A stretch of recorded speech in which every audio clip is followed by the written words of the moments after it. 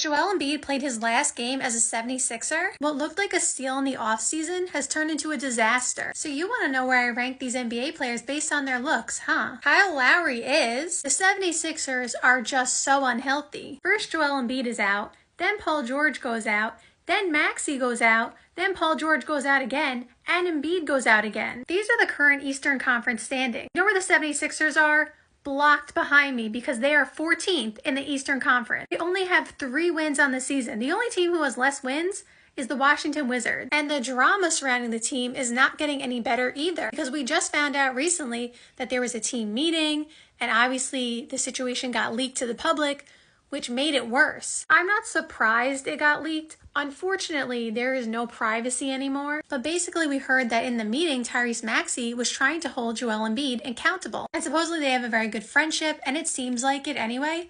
And so they have been holding each other accountable for a while, apparently. Before the season started, I don't think you could find a person who thought the 76ers would have 3 wins at this point in the season. And while the season is still technically kind of early, they're running out of time to catch up, and they seem to not be getting any healthier. I don't know Joel Embiid personally, but one thing that we always talk about on this channel is statistics. Why? Because personality, locker room stuff, those are all people things.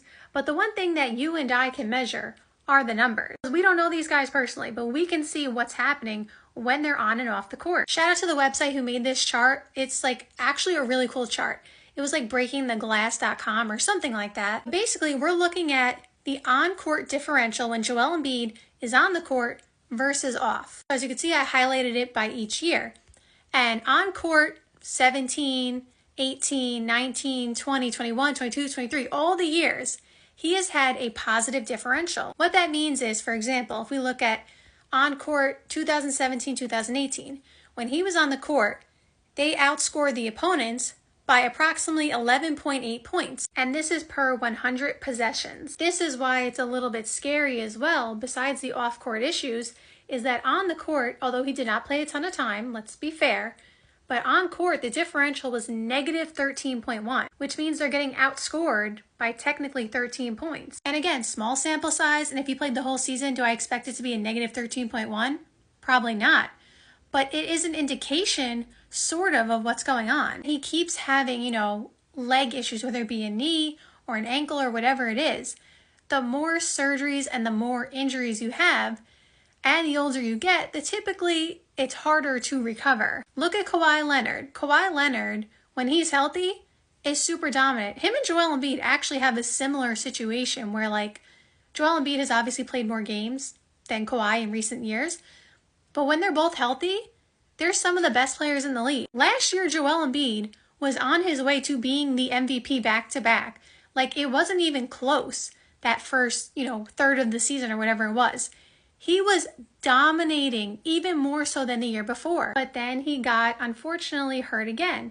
And it's the same thing with Kawhi. Both of them just can't stay healthy. And every time you have to rehab, it's not just healing that part of your body that's hurt.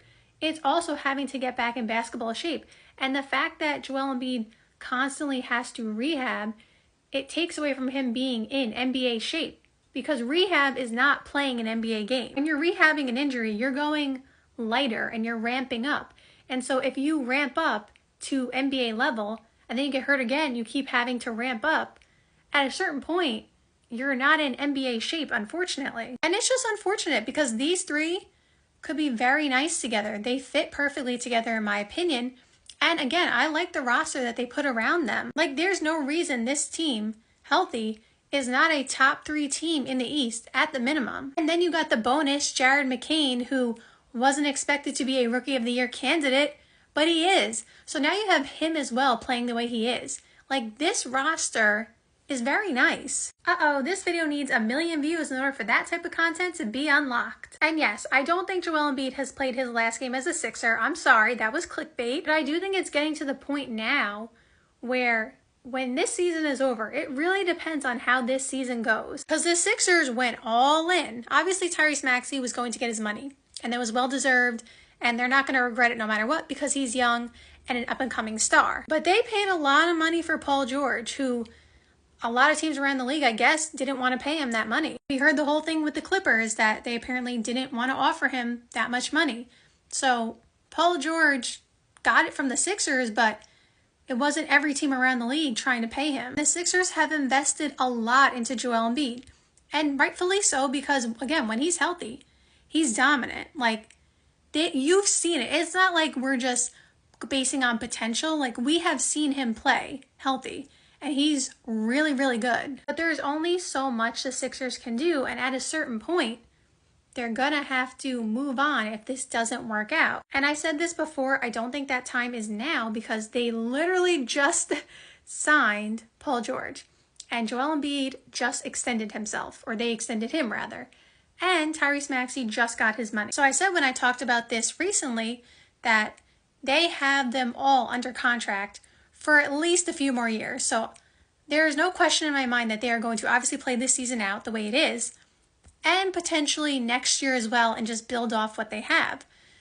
But then it gets to a point, like I said, where you have to make some tough decisions. Because just assuming, let's say, the Sixers go out in the second round this year in the playoffs, or whatever, if they make the playoffs, but then you go into next season, and let's say he's unhealthy again, then you're at a tricky situation. Because you can't go every year with him being not healthy. Again, it's not someone's fault if they get hurt, but you can't win a championship if your best player is hurt.